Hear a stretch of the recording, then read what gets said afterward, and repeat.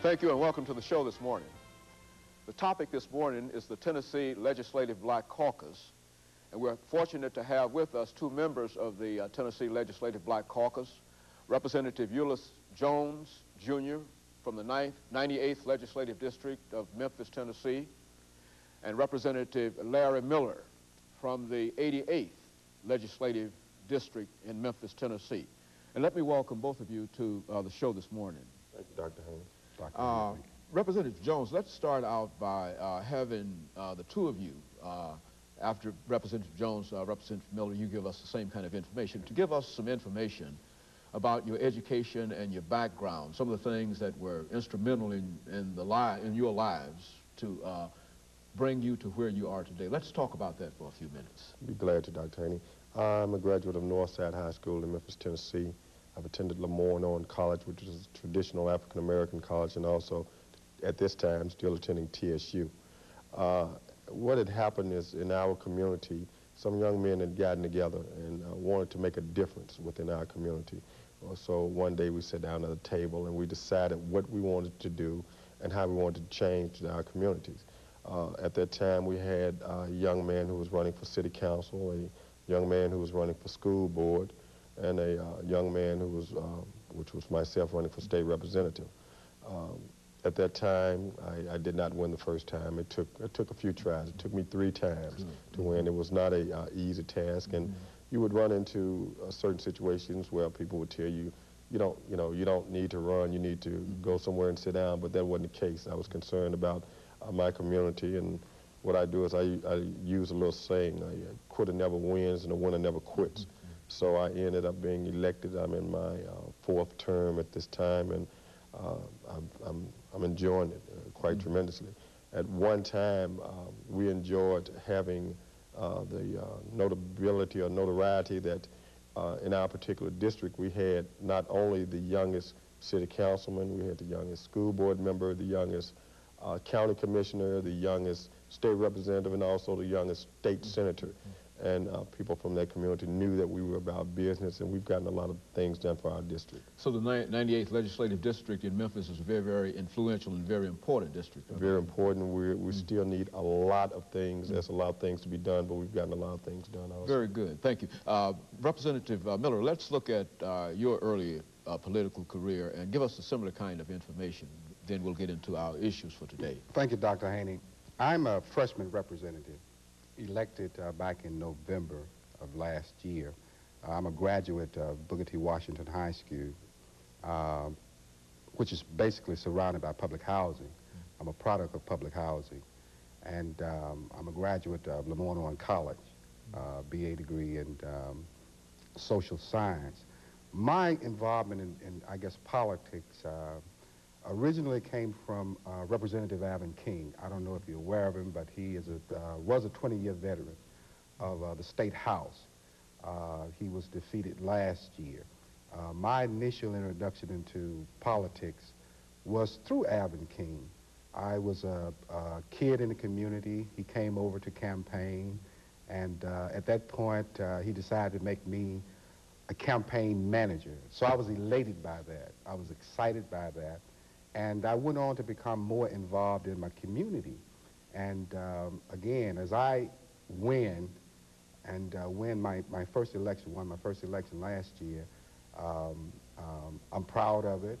As Representative Jones said, it's a new district that was created based on the new census tract. Matter of fact, it was 2 new districts, legislative districts created. And I came together with some friends that Representative Jones had talked about, and we decided that we would get together and I would run for the office.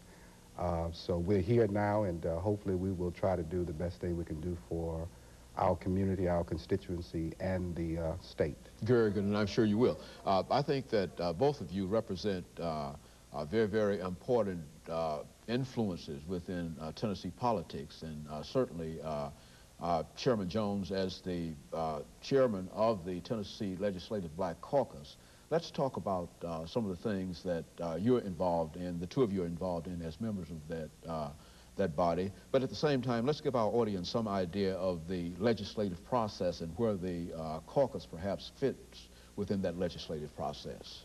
Dr. Haney, that's a lot of issues that we deal with the Tennessee Black Caucus.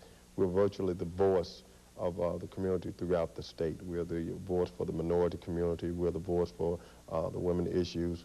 And what we do is we try to give a better perspective as to the feelings of those communities. We deal with certain issues to bring forth the knowledge to our cohorts within the General Assembly, and I think we do a very good job. For as legislation, how it becomes law, you have two houses. You have the House of Representatives and you have the Senate. Whatever bill that you introduce, let's say we're introducing a bill that would deal with the color of a bus. On the House side, we say we want that color to be blue. On the Senate side, they said they want it blue but with a white line. It can't be that way. Those bills have got to pass exactly the same way before they become law. Once it passed by a majority in the House and it passed by a majority in the Senate and the governor signs it, it becomes law. So that's the legislative process as to how we pass certain bills.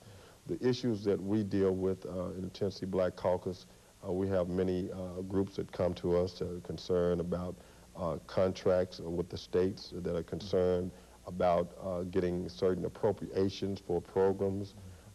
They're concerned about making sure that the life for African Americans are a better life, and that's what we try to do. Very good. Representative Miller, being one of the newer members of the Tennessee Black Caucus, certainly we wouldn't expect you to be able to give us the kind of information about its operations as Representative Jones possibly could, being the chairperson of that. But nevertheless, how do you see that organization now becoming a new member in the Legislative Assembly and at the same time a new member in the Legislative Caucus? I mean, what are some of your thoughts on that? Dr. Haney, you're absolutely correct. That's one of the disadvantages, I guess, of being a freshman. However, you must start somewhere. I just like to add on to what Representative Jones said. It is somewhat of a complex kind of system, but the longer you're there, the better you can pick up on how that system works. There's one thing I like to add on to that system, that is the committees. You have your full committee, your standing committees, which are broken up into your subcommittees. And in many cases, you must get a bill through your subcommittee even before it goes to your full committee. Once it goes to that full committee, and as Representative Jones said, then it will go to the House floor. It must pass on the House floor, and it must, again, be a similar bill to the Senate. And once that happens, then it goes to the governor. Now, the governor can support that bill or he can veto that bill. If he vetoes that bill, then it comes back through the system again. So it's a complex situation. And another thing I like to add, and one important factor in being a representative, for an example, in the House, there are 99 members. So usually it would take a majority of those members to pass